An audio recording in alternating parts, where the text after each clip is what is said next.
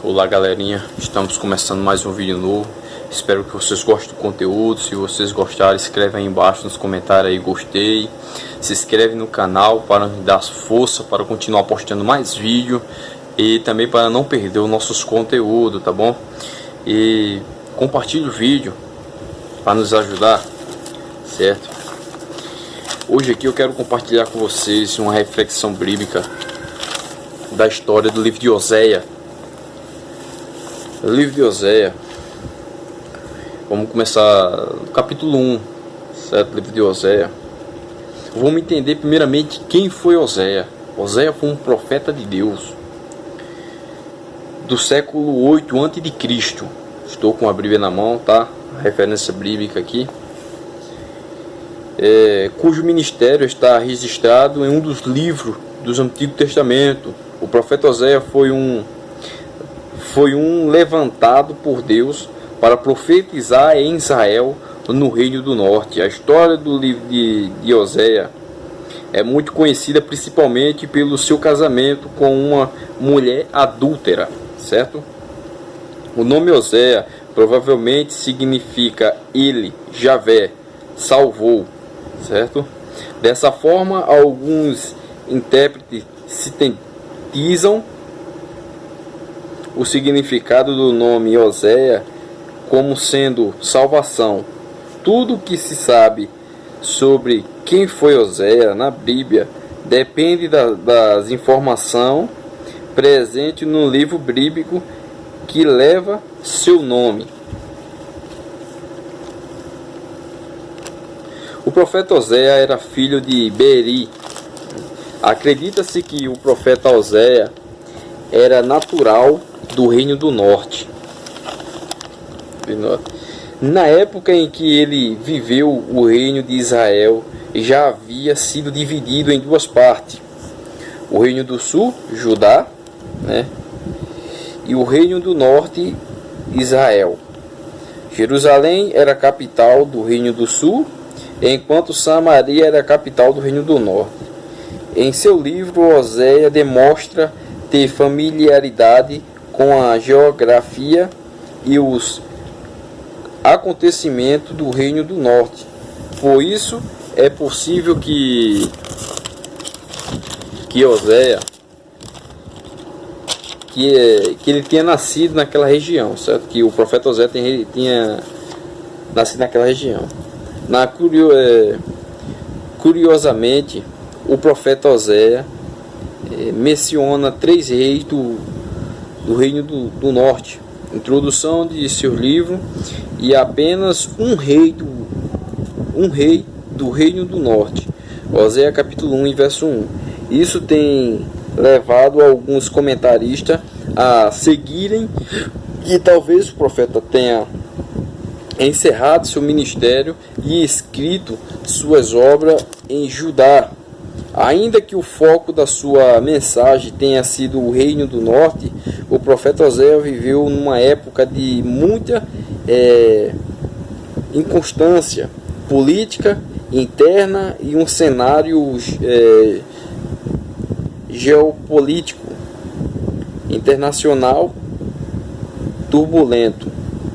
A injustiça e a corrupção e a complacência caracterizam a monarquia de Israel, certo? Além disso, o povo havia se corrompido com a religião cananeia. Os israelitas passaram a adorar a Baal como um provedor da fertilidade e prosperidade. Os líderes religiosos de Israel, que deveriam auxiliar e conduzir o povo a uma vida de santidade, começaram a tolerar aquelas situações, motivando por ganância, eles sendo motivados por ganância, os líderes religiosos, eles incentivavam o povo a se prostituir e a adorar, entendeu? Provavelmente Oséias foi um contemporâneo mais jovem do profeta Amós. No Reino do Norte só tinham 2 profetas, que era Amós e Jonas. certo? Agora vamos para a parte que nos chama bastante atenção do livro de Oséia, o casamento de Oséia, sua esposa. Muito acerca de quem foi Oséia depende de como os 3 primeiros capítulos de seus livros são interpretados. Esse capítulo registram os principais detalhes da vida pessoal do profeta Oséia. Eles falam sobre o casamento com uma mulher chamada Gomer e o nascimento de seus 3 filhos. Os 3 capítulos descreve o casamento do profeta Oséia, depois sua separação por causa da infidelidade de sua esposa e, por último, sua reconciliação com ela. Gomer era filha de Ibraim, e a Bíblia diz que Gomer era uma mulher infiel. Oséia casou-se com ela, obedecendo a uma ordem do Senhor que lhe mandou tomar uma mulher de prostituição. Oséias 1, verso 2. O objetivo disso é esclarecido no próprio livro. A família de Oséia simbolizava a infidelidade religiosa dos israelitas. Eles adulteraram a verdadeira adoração de Deus, se envolvendo com as práticas pagãs de Canaã. Esses contextos explicam o motivo dos nomes simbólicos que o profeta Oséia deu aos seus filhos. O primeiro foi chamado de Jezreel, que literalmente significa Deus semeia, e estava conectado ao juízo iminente do Senhor sobre a casa de Israel. Depois a mulher de Oséia concebeu uma menina e ela foi chamada de desfavorecida. No original, a forma de seu nome significa literalmente ela não recebeu nenhuma compaixão. E esse nome alertava que a compaixão que Deus havia demonstrado para com Israel, apesar de sua apostasia, seria retirada.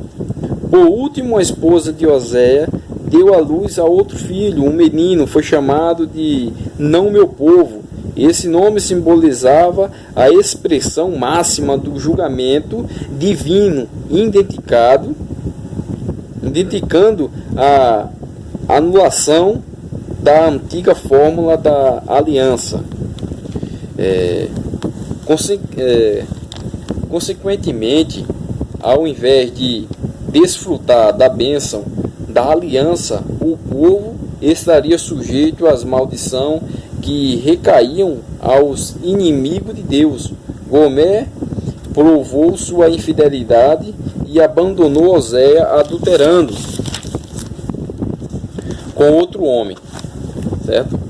Mas depois Oséia foi em busca de sua mulher infiel e a comprou de seu amante. Oséia 3, verso 2.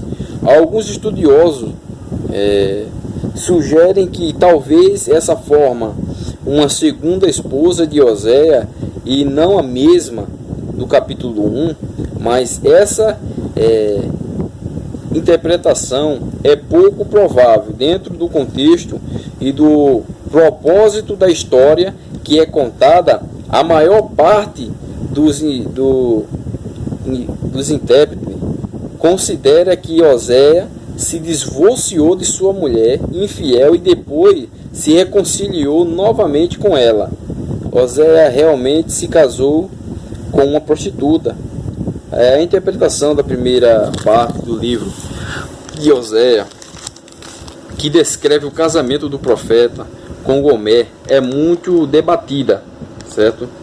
A mensagem do profeta Oséia: Deus usou o profeta Oséia para alertar por causa de sua conduta pecaminosa, o povo de Israel. O profeta Oséia falou de assuntos dolorosos como sucesso do ataque dos assírios contra Israel, a queda de Samaria e a realidade do exílio e o fim do reino do norte em 722 a.C., né? Com isso, o profeta Oséias explicou por que Deus permitiu que tudo aquilo sobreviesse sobre seu povo. Deus usou a vida familiar de Oséias para ilustrar seu relacionamento com Israel. Nessa analogia, Deus é um marido bom e justo que tem ciúme de sua esposa, que é Israel. Apesar da bondade e compaixão de Deus, Israel se mostra ser uma esposa infiel que se rebela contra seu marido. E nesse contexto que Deus anuncia que punirá seu povo rebelde, que violou sua aliança, mas a mensagem do profeta Oséias não se distinguiu apenas ao anúncio de julgamento e destruição de Israel. O profeta também proclamou a restauração do povo de Deus. Ele mostrou que Deus não abandonou seu povo definitivamente, certo? Palavra meio complicada de se falar. Por causa do eterno amor e da misericórdia de Deus, havia promessa de um futuro maravilhoso reservado para os remanescentes após o exílio. Deus prometeu perdoar seu povo, renovar sua aliança e derramar bênção abundante. Vamos conferir Oséias 1, capítulo 1, versos 10 e 11, e 2, 1, 23 e 14, capítulo 14, do 1 ao 7, certo? Essas promessas tiveram seus cumprimentos pleno na pessoa de Cristo. Ele inaugurou a nova aliança e nele o povo escolhido de Deus alcançar perdão e desfrutar de bênçãos eternas. Nós vimos aqui a história do profeta Oséias. O que o profeta Oséias queria passar para o povo? Vamos ver aqui no livro de Mateus, capítulo 6, verso 24, que ninguém pode servir dois senhores ao mesmo tempo, né? Ou você vai odiar um e amará o outro, ou você despreza um, entendeu? E vai honrar o outro. O que é que Oséias queria passar para o povo? Vamos ver no livro de Josué, capítulo 24, verso 15. Josué colocou o povo, entendeu? Ele ordenou que o povo viesse até ele e falou: porém, se vós parece mal aos vossos olhos servirem ao Senhor, escolhei hoje a quem vós quereis servir. Se é os vossos pais, os deuses de vossos pais, que eles serviram antes de passar o Jordão, né? Ou os deuses dos amorreus, em cujas terras habitais. Porém eu e minha casa serviremos ao Senhor. Oséias estava ali para pregar para aquele povo, para que eles se decidissem: ou eles obedeciam a Deus, seguiam os mandamentos de Deus, ou então, entendeu? Mas não pode servir a dois deuses ao mesmo tempo. Igual nós estamos passando um momento muito difícil com essa pandemia, coronavírus, como é que se diz? Nós estamos encurralados, né, com essa opressão do inimigo, tentando nos oprimir com medo do coronavírus, tentando fechar as portas da igreja.